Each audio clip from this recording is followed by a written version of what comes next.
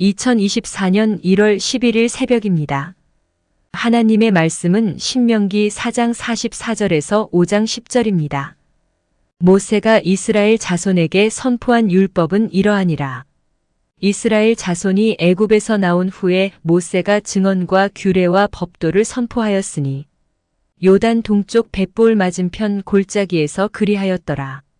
이 땅은 헤스본에 사는 아모리 족속의 왕 시온에게 속하였더니 모세와 이스라엘 자손이 애굽에서 나온 후에 그를 쳐서 멸하고 그 땅을 기업으로 얻었고 또 바산 왕 옥의 땅을 얻었으니 그 두 사람은 아모리 족속의 왕으로서 요단 이쪽 해 돋는 쪽에 살았으며 그 얻은 땅은 아르논 골짜기 가장자리의 아로엘에서부터 시온 산 곧 헤르몬 산까지요.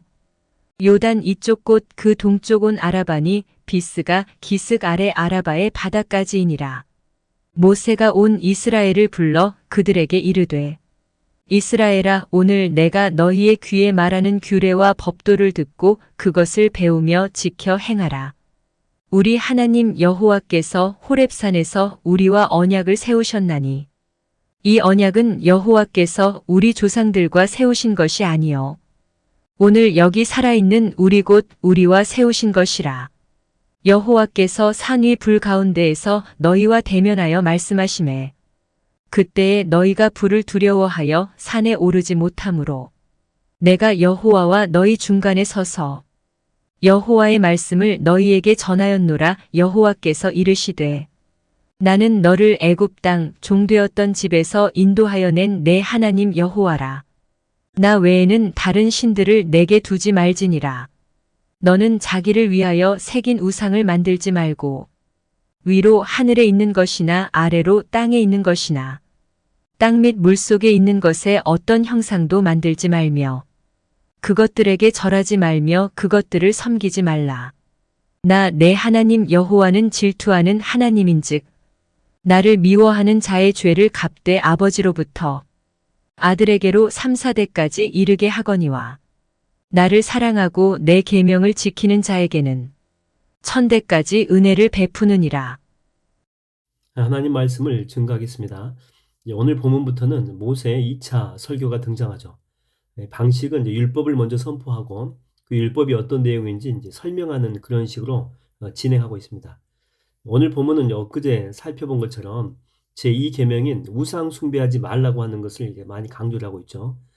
근데 만일 이 말에 순종하지 않고 우상을 섬긴다면 하나님은 질투하는 하나님이시기 때문에 벌을 하시는데 어떤 식으로 하냐면 죄가 자녀들에게 흘러가게 된다, 그렇게 이야기를 하고 있죠. 이것은 아비의 죄를 자식이 감당하는 그 연좌제가 아니고 아버지가 이렇게 죄를 범하는 습성이 있다면, 부모가 죄를 범하는 그런 습관이 있다면 자식도 그 영향력에서 자유로울 수는 없다라고 하는 거죠. 보고 배운 것이 그것이기 때문에 나는 절대 아버지처럼 엄마처럼 안 될 거야, 안 될 거야 하면서 이렇게 배우는 거죠. 근데 주님은 이것을 그냥 방치하고 흘러가도록 내버려 둔다라고 하는 것입니다. 어떤 변화의 기회나 어떤 회개의 기회를 주지 않는다라고 하는 거죠. 그래서 이렇게 3, 4대까지 방치하고 그 영향력이 흘러가게 된다라고 하는 것입니다. 근데 이것을 이야기하려고 하는 것이 아니고 더 중요하게 이야기하고자 하는 것은 그 뒤에 나온 내용이죠. 내 대해서 내가 작정하고 죄를 끊고 정말 주님만을 섬기게 되면 그 영향력은 어디까지 간다고 나옵니까? 그렇죠. 1000대까지. 1000대까지 간다. 이게 뭐 과장법이긴 한데 그만큼 하나님이 기뻐하신다라고 하는 것입니다. 여러분, 하나님이 우리에게 그 원하시는 마음은 어떤 마음이라고 했죠? 그렇죠. 이 전심의 마음이라고 했죠. 100%의 마음입니다. 그러면 이거 너무 심한 것 아닌가 이렇게 생각할 수 있거든요. 뭐 질투하는 것도 이게 정도가 있지, 뭐 신이시면서 너그러운 마음을 갖지 못하고 왜 그러시나 이렇게 생각할 수 있다고 하는 것입니다. 근데 여러분 보십시오. 여러분들이 가령 청년이고 또 여자친구나 남자친구가 있다고 한번 해봅시다. 근데 여러분의 이성 친구가 여러분에게 90%의 마음을 주고 다른 아가씨나 또 총각한테 10%의 마음을 준다고 합시다. 여러분 기분이 어떨 것 같아요? 그래도 뭐 90%나 되니까 기분이 좋습니까? 나한테 90%나 줬구나. 감사한 그런 마음이 들어요? 아니죠. 당연히 100%를 원하겠죠. 그 잠시도 한눈 파는 것 용납하지 않습니다. 이게 뭐 질투가 심해서 그런 것입니까? 당연하죠. 이게 정상 아닙니까?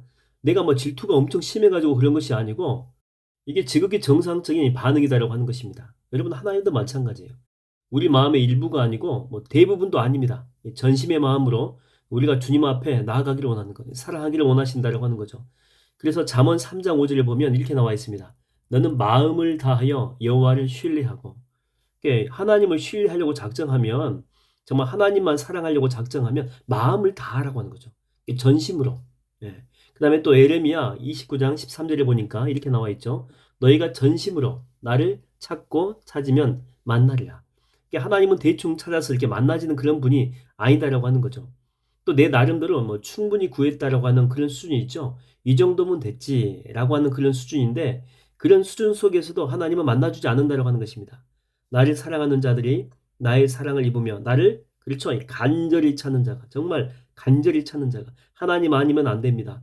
정말 제게는 주님밖에 없습니다. 그런 마음으로 나아가는 자에게 하나님은 당신을 보여주신다, 또 만나주신다라고 하는 것입니다.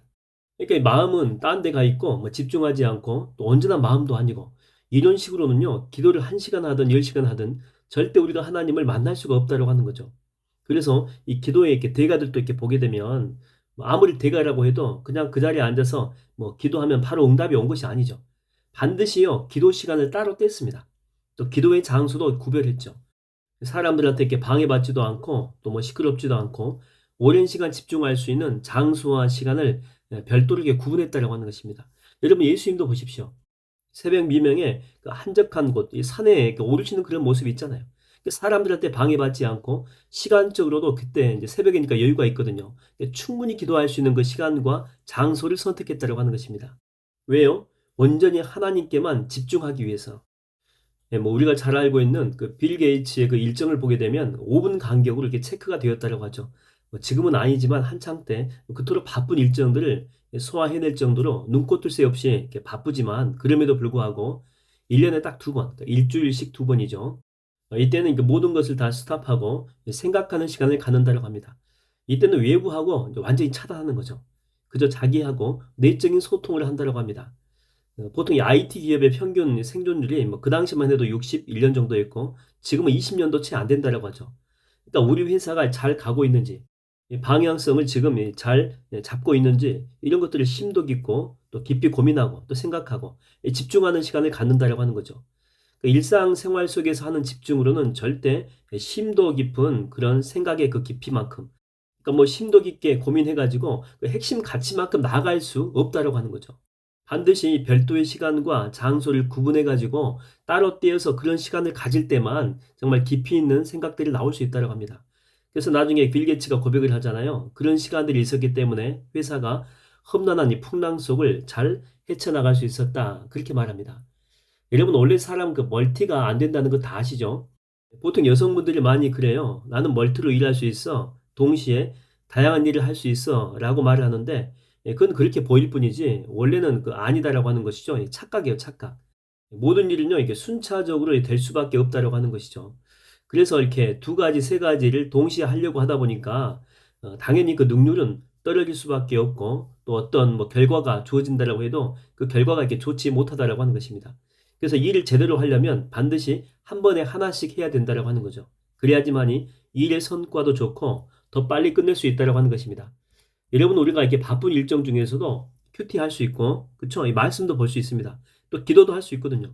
근데 매번 그렇게 할 수 없을지라도 하나님은 우리가 주기적으로 당신에게만 집중하는 시간을 갖기를 원하세요. 정말 당신한테만. 그래서 이렇게 내비게이트에서 강조하는 것 중에 하나가 뭐냐면 바로 플레이어 데이, 또 바이브러 데이라고 하는 그런 시간을 갖도록 그 멤버들을 훈련시킨다고 하는 것입니다. 저도 내비게이트에 있을 때에 그 플레이어 데이, 하루 종일 이렇게 기도만 하는 그런 시간을 갖습니다. 따로 떼가지고 제 리더하고 뭐 동산 같은 곳에 갈 수도 있고 아니면 커피숍도 괜찮습니다. 그러니까 3-4시간 정도 시간 낼 수 있는 곳에, 그곳에 가서 집중해서 주님 앞에 기도하는 거죠. 또 바이브러 데이, 또 이것은 보통 채플실에 모여가지고 성경을 계속해서 묵상하고 또 듣고 또 내 나름대로 이렇게 써보기도 하고 한 3-4시간 이상을 성경만 읽는 그런 시간을 갖죠. 또 한 번은 복음 전도를 위한 하루 떼가지고 한 3-4시간 정도 계속해서 복음만 증가하는 그런 시간을 갖습니다. 우리가 이렇게 시간 많이 내는 게 힘들 수 있지만은요. 근데 이게 반드시 필요한 이유는 뭐냐면 내가 현재 잘 사는지 이거 점검할 수 있는 작전 타임과 같은 그런 시간이 될 수 있기 때문에 그렇습니다. 여러분 우리는 하나님의 인도하심 없이요, 절대 온전한 삶을 살 수가 없어요. 그러니까 하나님 놓치게 되면 우리는 인생 가운데서 방황할 수밖에 없다니까요. 정신없이 뛴다고 그게 우리 인생에서 최선의 삶이 아닐 수가 있기 때문에 그런 것입니다. 내 나름대로는 열심히 살면 위안은 돼요. 그래도 나는 열심히 살았다. 그 위안이 되잖아요. 근데 방향이 틀리면 어떻게 됩니까? 그 열심은 더욱더 하나님에게서 멀어지게 한다고 하는 것입니다. 진정한 목표에서 훨씬 더 멀리 가버린다고 하는 거죠. 여러분, 그래서 우리한테는 그 책 제목처럼 잠깐 이 멈춤의 시간이 필요하다고 하는 것입니다. 그 멈춤의 시간을 통해서 여러분 온전히 주님께만 집중해 보십시오. 그러면 나를 간절히 찾는 자가 나를 만날 것이라고 하신 것처럼 우리가 주님 만날 수 있어요. 그래서 영적인 회복의 시간을 갖게 되기도 하고, 또 뭐 주님뿐이겠습니까? 잃어버린 내 길, 잃어버린 내 인생의 그런 방향성, 이것을 다시 찾기도 합니다. 그래서 다시 방향성을 찾게 되면 열정이 솟아나거든요. 그 열정을 품고 나아갈 수가 있게 되고, 또 옳고 그름을 이렇게 분별할 수 있는 그런 지혜들, 혼탁한 마음을 다시 정리할 수 있는 그런 은혜를 받게 된다고 하는 거죠. 그래서 내 마음에 정함이 없었거든요. 근데 정한 마음을 얻게 된다고 하는 것입니다. 저는 여러분이 오늘도 좋고 또 이번 주 아무 때나 어느 때나 좋습니다. 꼭 여러분들이 시간을 내서 프레이어 데이 또 바이블 데이 아니면 뭐 전도를 해도 괜찮겠죠. 이렇게 한나절 정도 떼가지고 하나님 앞에 나아가는 지혜로운 주님의 종이 다 되기를 주의 이름으로 축원드립니다. 기도하겠습니다. 하나님 아버지, 우리가 아무리 분주하고 바쁘게 살아간다고 할지라도 우리가 하나님과 잘 연결이 되어 있지 않아서 하나님께서 원하시는 삶의 목적에서 많이 벗어나 있다면 우리의 열심과 열정은 결국에는 저주의 결과물과 열매만 낼 뿐입니다. 하나님, 그러므로 우리가 따로 시간을 내서 하나님과 깊이 있는 교제를 나누게 하여 주시옵시고, 말씀을 통해서 말씀하시는 하나님의 은혜들, 또한 기도를 통해서 내게 말씀하시는 성령의 음성들, 바로 이렇게 주님의 마음을 잘 깨닫고 읽어서 내 삶이 잘못됐다면 다시 교정하게 하여 주시옵시고, 올바름을 향해 나아갈 수 있는 용기와 믿음과 지혜를 허락하여 주시옵소서. 오늘 또 믿음으로 살게 하여 주시고 승리케 하여 주실 줄로 믿습니다. 예수님의 이름으로 기도하옵나이다. 아멘.